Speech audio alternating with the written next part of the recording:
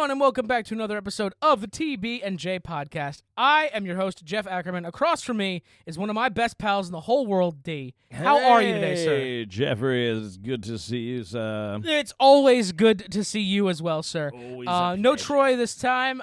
Thank God, am I right?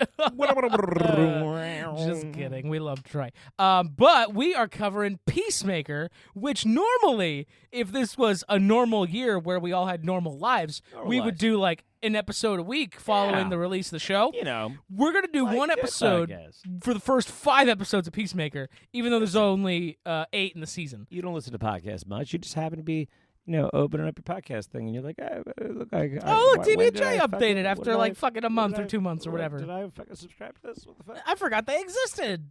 Yeah, they exist. There's a whole room in my apartment dedicated to this. Too much to my wife's chagrin. Good times.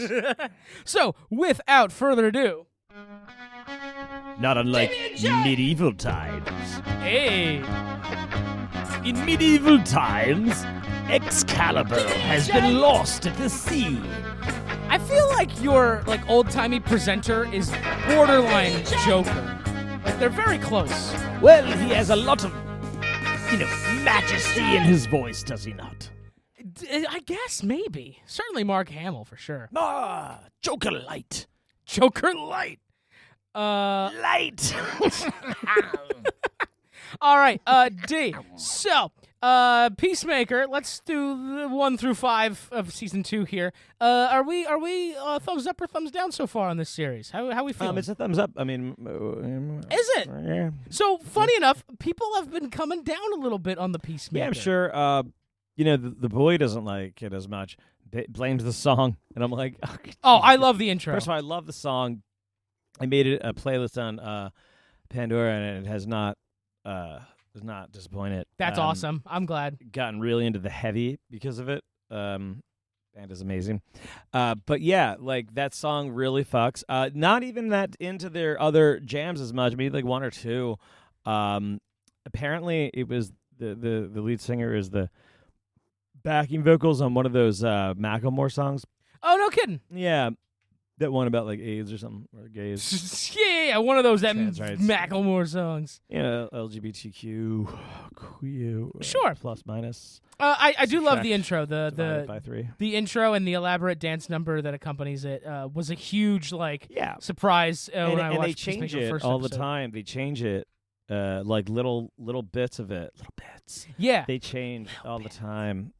In every episode, they have like a couple extra things, and they got me. I thought Eagly was dead. I thought it was a crazy fake. Yeah, out. I mean, we're spoilers for all the episodes up till Yeah. this. I mean, Spoilers for episodes 1 we're through 5. almost at episode 6, right?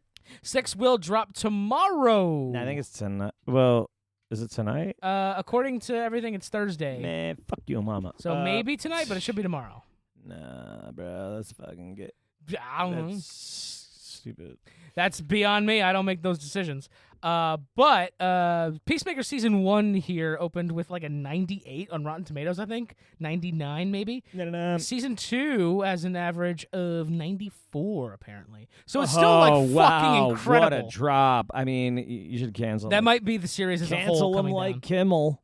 Oh, jeez Louise. Well, he's back now, so canceled no more. Nah, what As are you of talking yesterday. about? Yeah, what Yeah, it does surprise me that fans are a little less on board with this season, even though 90s is still like anyone would kill for those kinds of numbers these days.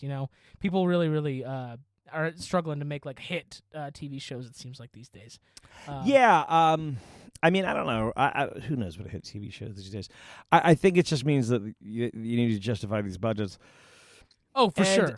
This is not a cheap show to make by any stretch. Gen V, I've been watching. That's been pretty good. I mean, The Boys is going into its last season. So, yeah, I mean, I don't know. We'll see. I'm worried that The Boys last season isn't going to live up to like the suspense and the hype. I hope it does. Yeah. I mean, my only concern on that front is... I think they'll do all right. But they have plans, I think, to continue the universe. Oh, for sure. Through Gen V and whatever spin-offs, probably. Gen V probably when Ryan grows up. There's already a Soldier Boy spin-off. Like there's already Yeah, I think they've announced a prequel, like with, the Prime announced they were doing some other projects. Who was the female who was played by, like, again, a longstanding the actress who was like she was like the mistress or something. She shot like a ball of red energy. She was on Soldier Boy's team, but back in the day in the 70s. But yeah, like, whatever, her. And I think it's, just, and fucking bringing her back, Stormfront. Yeah. She was like Lady Liberty or something like that. Anyway, Peacemaker. Peacemaker's been really good. It was a slow start, and I do think that our main characters from last season. I mean, Economos has had such a huge arc. Adebayo has had her. She has been such a distinctive plot point for the entire show. Harcourt has her obviously own storyline. That's all being developed. Vigilante has been left in the lurch with the other 3 antagonist characters, or 4 plus characters that have been introduced otherwise. So, like, the one thing that had to be, like, essentially cut thus far has been Vigilante's role. And I'm hopeful that he'll just get his due, like, with an episode focus, Yeah. Because I think that'll go a long way to do it. But, like, he really has been minimized in the first couple Agreed. episodes. And he was one of the standouts from season 1. He's one of my favorite parts. Was his and people character. really want to see him, I think James Gunn knows that, and I think he'll. Oh yeah. Gunn knows sure what that he's we doing. get I think something for it. But I mean, he's killed it in his scenes. I'm sure another thing is that, like, everybody wants to see Vigilante as Vigilante, and we saw that in the episode 6 you prequel, forget that, or like, preview. the last season, most of what we see of Vigilante in the costume is the previous actor doing it, and they had like one of the craziest things is they had to find, like, the same. I didn't know there was a cast switch. Oh yeah, they had a whole guy that recorded all that, and they just basically think about it. They filmed all of the stuff with this Vigilante mask. You can't tell who he is, so they just overdubbed those lines. Sure. And they reshot all the ones with Adrian out of his mask. Oh. And then this season, it's like he really didn't do a lot of acting because you figure that he's not in really it's just the scenes where he's not in the mask, which, don't get me wrong, those are some of his best ones. And I think that's what they were really trying to give him, some face time in some sense for these episodes. That's so surprising. I had no idea they switched it. They had recast it. We talked interesting. about it probably in the first season. We probably definitely did. Like and I'm 3 just years ago, not remembering because memory things. Well, yeah, it's 3 years ago, and it's kind of crazy, but yeah. But, like, no, I like all the stuff they do, and I mean, if you're going back to the beginning, because I know it's been 5 episodes so far, but, like, we go all the way back to, like, literally the previously on relates to Superman. I don't think we ever covered Superman. Is that right? Did we? We did. It just never made it to air. Apparently, I fucking corrupted the file. Oh, right. Because I'm bad at my job. Yeah, we did a whole great. It was probably our best episode ever. In all honesty, I do recall it being solid sewed. You're right. Oh my God, Solid Chris Conrad was apparently the original Vigilante, and then Freddie Stroma had to come in later and ADR all the scenes, and oh my gosh. So I see that this is maybe a combination of, like, well, there's really no reason to have him in here outside of he's tagging along because he, it stands Peacemaker and which was heartbreaking at the end of his last episode with the November Rain. Yeah, killing it with that dope song. The needle drops have been great. You got the Eagle scenes with Michael Rooker. Michael Rooker's been great with all the scenes with Economos. Yeah. I love how much more we're getting of Economos and all these, like, still new characters that are coming out of the woodwork. Like, yeah. I love seeing Rick Flag Sr. getting a little bit more three-dimensional. So Rick Flag Sr. just coming off way villainous in this one. which is odd because we've seen his character on Creature Commandos, and he does seem. Yeah, that's actually a very valid thing. Like much the more. the cartoon series we covered, Creature Commandos, is canon to this universe, and that gray Rick Flag is the same guy that this guy is. Yeah, and so apparently the hair color issue was due to a just a previous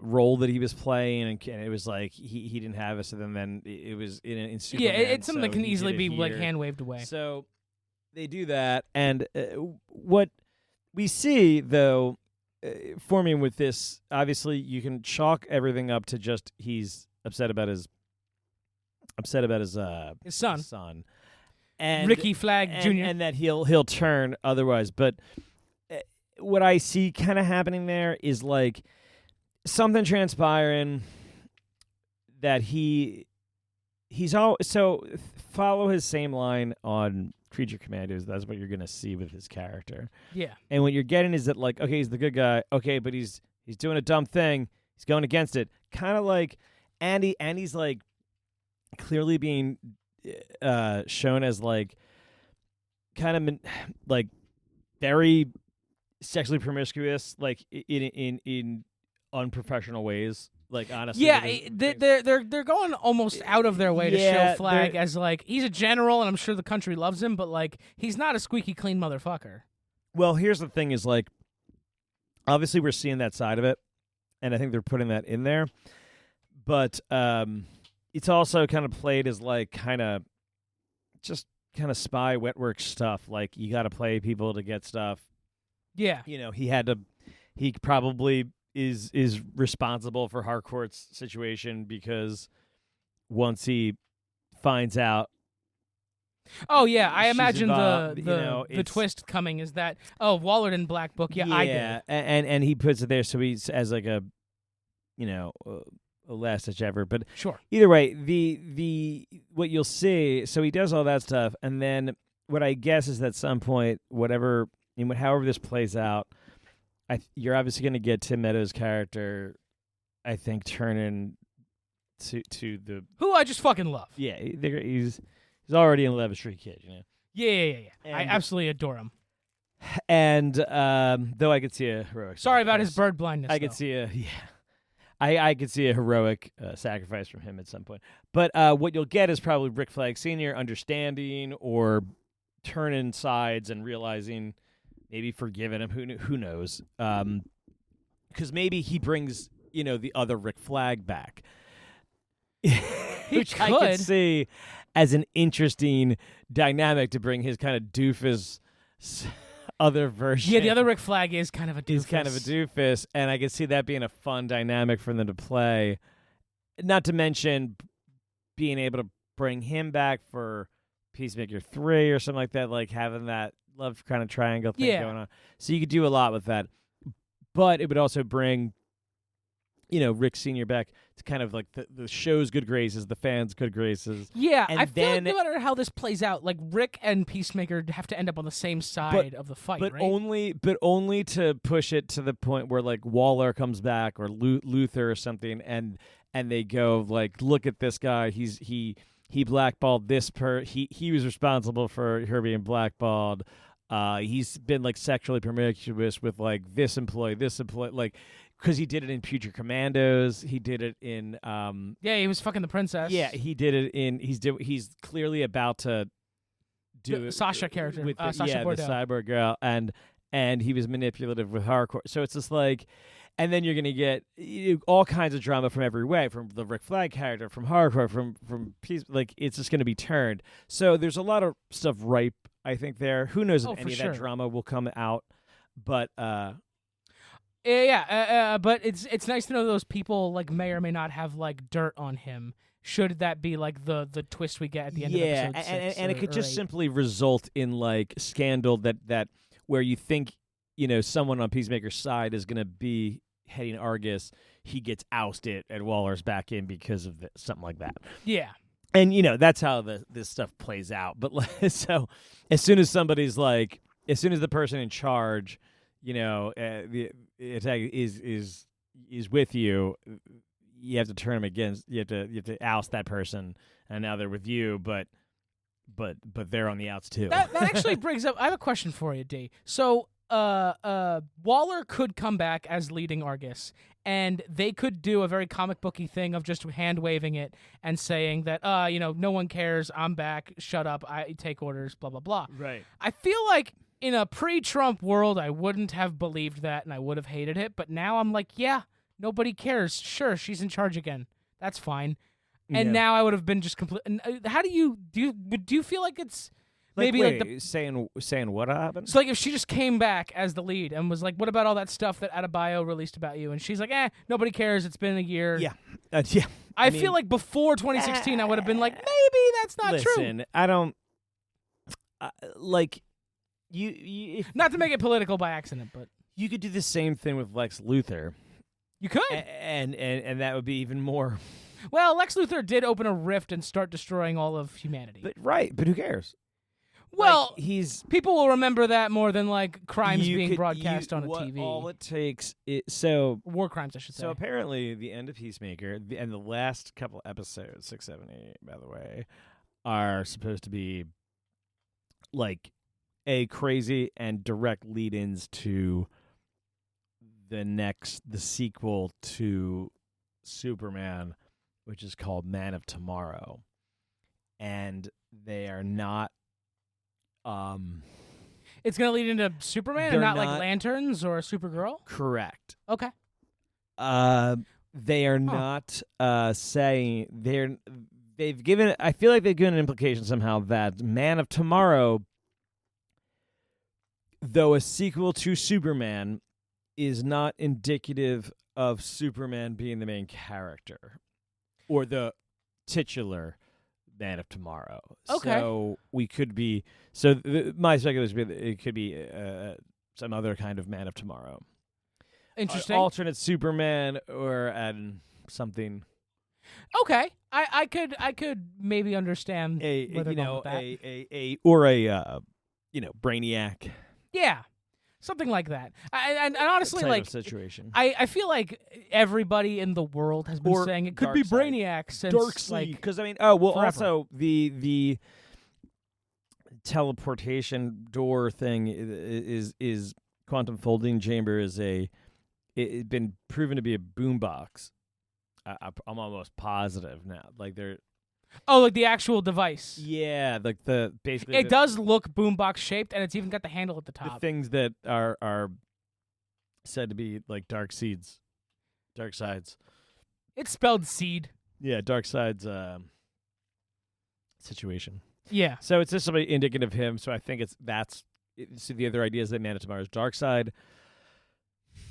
That'd be interesting. Or you could get some kind of like backdoor, like so from what I hear in the comics, Darkseid kind of, who knows if it was retroactive or not, but like he kind of manipulates the people of Earth between like Brainiac and Lex Luthor, and they all kind of unknowingly are his pawns, kind of forming this stuff, and then they I like that have idea. this whole thing, and it's all just leading to him arriving.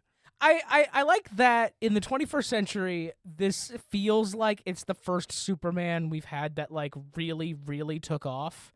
Like everybody loved Henry Cavill in Man of Steel, but like it didn't do well, and it didn't. The sequels didn't do much with the character. They kind of just let Superman fizzle out and become un-Superman. He was very dark and gritty towards the end of it in the Justice League stuff. But this one, it's a new take. Superman is they wanted to do Superman before Superman. Superman was just too dark. Honestly, it was Man of Steel specifically. Yeah, Man of Steel. Yeah. The Cavill stuff, like, it's a great actor, great choice, but like the writing was not the best. Yeah, I mean, the Zack Snyder stuff was just not. Love him or hate him. Don't get me wrong. He has 300's great. He just needs so much control, like, and he's just beyond it, like as a director. I think the last time we talked about Snyder, either you or I equated him to like George Lucas, where like the ideas are there and the gold is there, but you definitely need someone to rein it in. And the craft is there. I mean, like the cinematography and how he shoots and what he's. There's no denying they're passionate guys, but like his vision. there's too much. But he overdoes certain effects, and it works for certain palettes. But he doesn't experiment beyond that a lot, and while there is like his storytelling is not concise, and he likes to sprawl a little bit, and it's unfortunate because I just feel like if he paired with somebody, he would just be a better director all around. Just he needs to be reined in, kind of. Yeah. But like, I think the bigger issue is that he had this big vision that was kind of convoluted and not really conducive to the formula that DC was trying to like emulate with what. And meanwhile, Marvel was killing it on their side with their best product that they ever put out. Right. So they were trying to play copycat with a guy running things that shouldn't have been running While it had all these good attributes, it just wasn't latching on because it just wasn't a complete thing. And now the whole market is so blah saturated, and Gunn has just been, I think, gangbusters, but I'm weird. Right. But I think like, we're all good. weird as people that enjoy superhero stuff. I think people watch The Boys, but like they probably don't like Peacemaker as much. You know? You think? I don't even know how much people watch The Boys anymore because people still really love The Boys. The Boys streaming numbers are doing fantastic. It's past like what I would consider a more cult following, and I think it's hit like mainstream. What are the top streaming shows? That's so difficult to say though, because they're all private numbers. They don't have to release them. But like, I think Amazon was saying that like Gen V premiere was like their most streamed TV show premiere in a while or something like that. I think that was the premiere of season 1 back in the like a year or two ago. But like, it's so hard to nail down statistics like that when everybody is reporting their own numbers and there's no way to verify. Right. But just based on like hubbub online, people discussing. You know Hubbub? And I do know Hubbub. Yes, a cousin of Hubba Bubba. I am Hubbub. Name's Hubbub. What's up? I feel like I've encountered more people in the wild, either like in my life at work or walking around, and also just online, that are discussing Gen V and The Boys and are very excited for like season 5 and the rest of season 2 of Gen V. And I didn't quite get that in the first few seasons of The Boys back when we first started covering it. When you told me, Jeff, why are you not fucking watching this yet? Well, and you there was made only me watch one the trailer. season out. There was only one season. The season 2 was coming out at that point, and I would say it blew up with season 2 because you got this like people generally like it had come out a year before. And they had made the second season, and people had watched it by the time the second season was coming out. So a lot of people had just kind of seen it and were like, oh, cool, this is coming out. So like it had a bigger opening. And then the big thing that happened with the show was like it was gangbusters big in that second season with those premieres. And they get those first 3 episodes that go, and then everybody gets pissed because Stormfront is revealed to be this Nazi character that is and they're like, what? Like she was like they just got fooled by her. Like I was like, really? I was like, okay. So you didn't notice the SS earrings, and then basically, like after that, as Homelander starts becoming like all into that and stuff, they're like, what the fuck is this? Because a ton of the fan base was like, super MAGA guys. Yeah. And just they were like, whoa, this is so dumb. They're making Homelander the bad guy. He's not bad. Like, they didn't think Homelander was the bad guy. And I'm just like, this is not great. Well, yeah, we had this discussion in the season 2 bits, and you were telling us that like satire is dead as a genre. Right. I was like, oh, no, I remember that discussion. No. And I was right. And you're certainly not incorrect. We certainly live our living in that It's, world. it's a something. We're right in, we're kind of on par with where everything is at, right? I think by the end of season 4, we're right there. Isn't that pretty much what we're doing? Maybe just. So yeah, we're pretty much in the midst. I don't know how of it. much I can say on an online forum like this without disappearing what myself. Are we at? We're almost 10 months. Hey, 10 months. Look at us 10 months later. Oh boy. But then. Yes. But back to happier topics. Let's Peacemaker. Yes.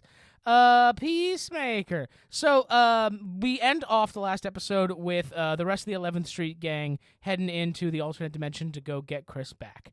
I'm still not sure what the fuck. Oh, CRISPR, yes. I'm still not sure what the fuck the real fucking Amelia wants out of life. She clearly doesn't want Chris dead, but she also doesn't want to be with him because he killed Flag and she's got other feelings and this and that. But like, I don't know what her deal is as a human being. I think maybe she's just a complicated three-dimensional character. Yeah, no, I think that's something. legitimately it. Which is just that there is she forgave Chris, for killing. I think she forgave. I think she forgave Chris for like she understands. Yeah, I don't think she ever like held it against him, but she couldn't necessarily forgive him. But yeah, like she is willing to forget it, if not forgive it. Yeah, if that makes sense. He did it under the orders of Waller. It sucks, but she understands that he is sorrowful, wants to be redeemed, and is now a friend. And I think that's the situation. Also, they fucked when she got drunk and probably hated herself and just gave in because she also is attracted to him and she doesn't have people that she connects with, and she does feel connected to him. So that's all there, and it's all of that. And while she can't deny completely to herself that she has feelings, she also is disgusted at herself for having these feelings. So she's telling the truth when she's like, it was a mistake, I don't want to do it. But she also doesn't want him to give up on this world and not have the world. So it's just that. I think it's just that. It's that complicated. It's someone saying, just because I don't want to be with you doesn't mean that I don't want you in this world. And it's obviously him going to this other world is a clear metaphor for suicide. Mm-hmm. As the note and all this. I mean, it couldn't be clear. The tones they're dropping, just the music is sad, compared to last year's opening. Although I do think there should be a regular meme that just drops into whatever the scene is, just drops into this song. Yeah. And just goes, yeah, it's great. Keep on keeping on. I fucking love the new song, man. Gunn has this fucking uncanny ability to just make the best appropriate soundtrack to whatever he's doing. It's so perfect. So maybe I would think differently with different music, probably, but it feels very perfect. I think he's just nailed it. Definitely upped his game. It's from the hard. First one. I feel like I can recognize a song pretty well, just based on experience. That no, you can't argue with this track. It's just good. It has a cool beat. You can't deny grooving to it or recognizing it. Something that's got a clear blues beat or great. Mm-hmm. Just it just works, and you feel it in your heart. I don't know, but he hits those, and he does it great. But I think that he's gonna realize that. So my guess maybe is that the Peacemaker that Chris killed, Yeah, from that world, he had a pill issue, Yes, he did. and he was not. To be fair, the happy. Chris in our world smokes shitloads of weed and drinks. Yeah, and has orgies with and is arguably bisexual. Like he's, I think distinctly they've noted that he's bisexual. Just and, a house full of bunch of naked people. right, and he could be, if this is indeed Earth X or Nazi world, that he could be trapped in it. Like that he has had these feelings and has led this kind of alternate lifestyle. If you look at his clothes, stuff like that. He's doing pills. He's kind of all out of it. He's not fully committed to a relationship with Harcourt. My favorite thing was him saying to his brother that his closet looks like the Kardashians. And maybe because... And he's like, who are the Kardashians? Well, exactly, but think about it. Like, Kardashians are also related to, like, trans culture and, like, because of the... Like, so... Yeah. Like... Because of Caitlyn Jenner. For anyone who wasn't aware immediately. Yeah, and just a lot of these things where it's just like, oh, they... Like, part of the reason that he probably doesn't work for them is because, like, they've killed, like, probably like gay underground parties. Like Argus probably attacks them as like this Nazi group that goes after undesirables. Like that's also probably something that goes on there. Yeah, who keep knows what waiting. I keep waiting to find out. Like Harcourt probably killed like a bunch of people that he knew or some shit, and that's what caused their like relation to be fucked up. I'm waiting for Vigilante to be like the leader of the bad guys we saw in the previous episode who led like the bombing. Because they seemed bumbling and just like they were the only diverse cast. Yeah, like, everyone else is very, like, very white. Yeah, it's just like, and they were like the people for freedom or something like that. Like, so it was clearly that setup. So that's fine. But yeah, I'm intrigued to see like what the other parts of it are that he's going to realize are going to mirror this situation. So think about it. If Harcourt, he's done this stuff on his work, like he'll feel the same way. Right, like there, and the only reason that they're loved as heroes is because everybody's fucking horribly racist and horribly mean.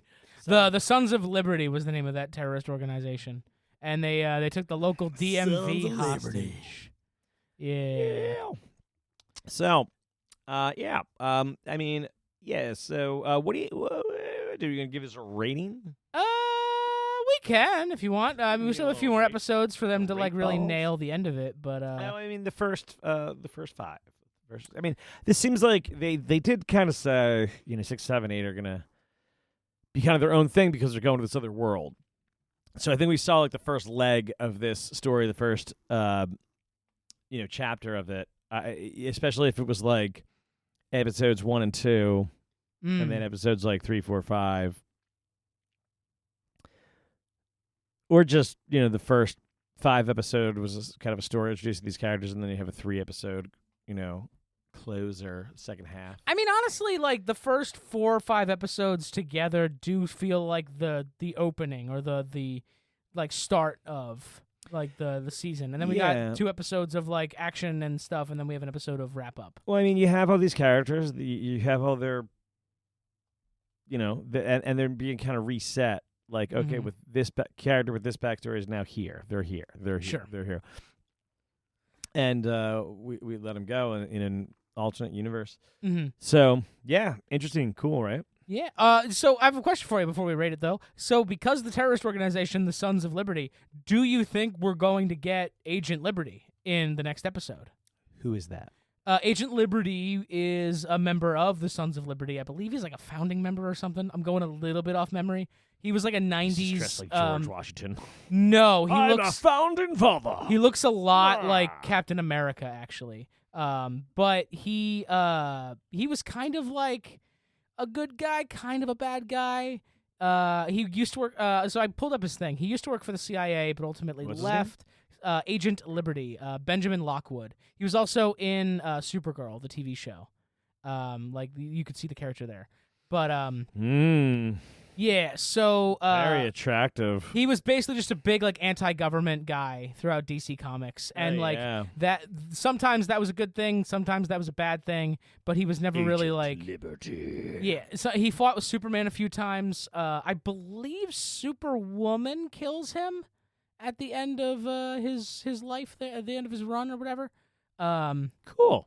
Yeah, but I'd be interested to see if we get like another superhero character, like a named one, because I think Agent Liberty would be a pretty good addition to the Gunverse, especially since his whole thing is just fuck the government, and I run a terrorist organization just designed to fuck the government, and that feels pretty punk rocky James Gunn to me. I don't know. I'd be interested to see who it is. I just think. Yeah, I don't know if they're gonna like save or do anything with that world, per se. Okay. It could be, but I don't think I think the key is just gonna be getting Chris out of there. Also, did I mention his name is Chris Smith? Yeah. So it's like, oh, I hope he's merry. I hope he's Merry Chris Smith. Oh, His name's Chris Smith. That's all you get. You get a little. His name is Chris. Oh, I'll give you that instead. Merry Christmas. No, I think it's just a generic white guy name, honestly. Yeah. My name is Christmas. Yeah. My name is Chris Smith. My name is Christmas. I didn't realize you were doing a Mike Tyson impression. It's Christmas. Yeah. What's his dad's name again? Christmas. August Smith. Okay. Okay, who cares? It is what it is. But yeah, I'm very interested to see where they take the rest of the series, because they could do a lot. They could make this world totally irredeemable and want to blow it all up and kill everyone in it. And or it could be a good world that they might want to stay in, but I don't think so. I've got some sneaking suspicions this world fucking sucks, and the reason that Augie Smith and his sons are heroes is because they embraced the white nationalist part of their father. But we'll see. Nation of whites. We'll see. Episode 6 comes out tomorrow. It is called "Ignorance Is Chris." Oh man! Right? It's great. Christmas. Christmas. It's like Christmas, y'all. Anywho, so you wanted to give it a rating? We could do that. I'm going with a fucking A. I love Peacemaker, man. I am so in on this fucking show. Yeah, I mean, it's one of my all the James Gunn stuff has been my favorite show on. Yeah, I'm so glad Marvel obviously hates him. And it lacks James Gunn. It lacks the kind of punch of novelty that season 1 had. And just that kind of I don't know. I don't know. What was 3 years ago? 2022. I mean, I feel like that was like the tail end of us of our podcasting total coverage. Like where legitimately we couldn't go. We were trying to. There was too much overlapping shows for us to cover enough. Like there was never a time where there wasn't something that we were all kind of watching. I mean, to be fair, that's at the same time. Still kind of the case. There's tons of stuff going on right now. Well, we're just a lot more selective. In addition, I think people were working from home and things. And yeah, they were just available. It was just funny, but it was legitimately it did slow down after 2022 of the kind of shows that we all don't miss watch. Yeah, the must-see TV is kind of slowed down. I think some of that is just the reality of the time frame of television production and the halting that happened They also, with 2020. And while I like most of the stuff we watched during and right after COVID was done before COVID. While I like how Amazon releases things, I do enjoy the kind of setup that I think some other shows and things have repeated, which is that they release, 2 to 3 episodes at first, and then release the rest weekly. Mm-hmm. And that's kind of what they were doing early on, and that allows kind of people to do the first couple binges, and then or just cover them later. It's just people can catch it. It gets you time to kind of cover it or do stuff, but like what they and they still do that. It's just that now they. Do you remember like when if Peacemaker was on like tonight, if it was supposed to be on tonight or like tomorrow at 3 a.m., it was just going to be on at 9. It would be on like 9 tonight. So like we could arguably just like stay at it to be on. Yeah, like when we watched Game of Thrones. It would always kind of be on like the Sundays. night before, I feel like, than it was like scheduled to be. And it was just their thing because they would do it at midnight and sometimes it just release early. Mm-hmm. Like I felt like they were doing that all the time back then and it just became normal, but now they've kind of regulated it pretty hard. Nothing goes on till like 9 the night of. Mm-hmm. No, that's true. It was like stuff was releasing like at midnight or 3 a.m. or something, and then it would just kind of be early, kind of like the movie releases. Yeah, which was great back when that was the thing, because like you and I are early risers. I wake up at 4:30 every single morning for work. You're similar, and then it's like, oh, there's a new episode. I can put this on while I'm like going about my morning and putting stuff together on my phone as I'm walking around the house, like brushing my teeth and feeding the cats and whatever. And I can't do that anymore. Yeah, it's or at least I find it harder to do now. I mean, well, here's the thing: is like we, like I said, I'm gonna be gone for weeks on end now. So but a Thursday night isn't crazy because it is a lone night of the week that I'm kind of free. Usually, it's usually dead by that point. And the following night, I need to like do a double. So, but still, could be. I've been having crazy hours at work as well. I've been working like 55 up to like 70 hours a week last few weeks. Just the nature of the business. Always gotta be making that money, making that green. Well, I'm salaried, so it doesn't fucking matter actually. You gotta save up for Christmas. Still gotta save up for Christmas. For Christmas. All right, buddy. Yeah, I'm gonna give this an A. We're all good. Yeah, Peacemaker's fucking brilliant.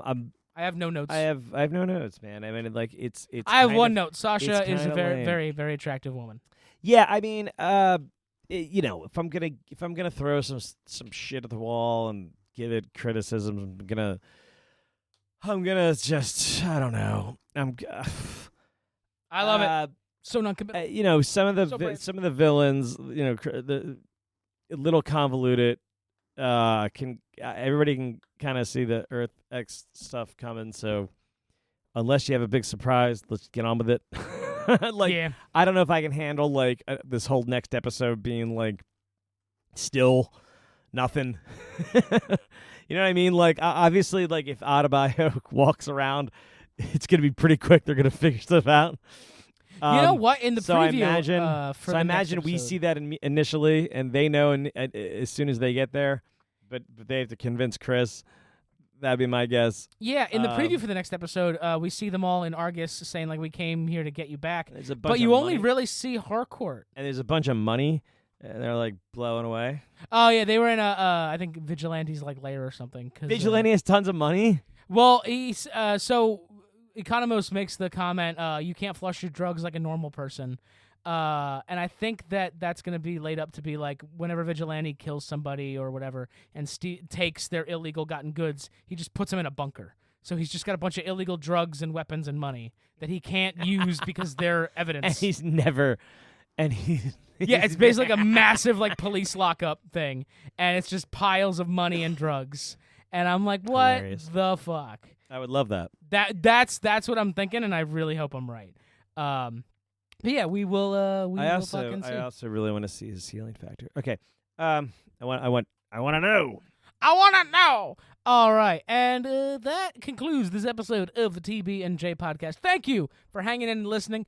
I can't promise we're going to do an episode next week. Oh, we're going to do an episode at some point. In a future week, at a future time, when you are in the future. That is about what we can promise. I do apologize. We promise. But life is hard. We got so much shit going on in our personal lives. We're just kidding. We're lying. We'll be here daily, every day. Check in every day for our next upload. I had to fire somebody and then immediately hire somebody. and now I have to train them and pretend like everything's fine. It's a fucking mess. But yeah, man, life's great. Life is wonderful. Hug your families. Kiss your loved ones. I need some Tylenol. That sounds like a goodbye before a fucking fallout shelter alarm. I don't like this anymore. It's past our bedtimes, D. Let me fall asleep with some Tylenol. Oh no, but you'll get autism. I already got autism.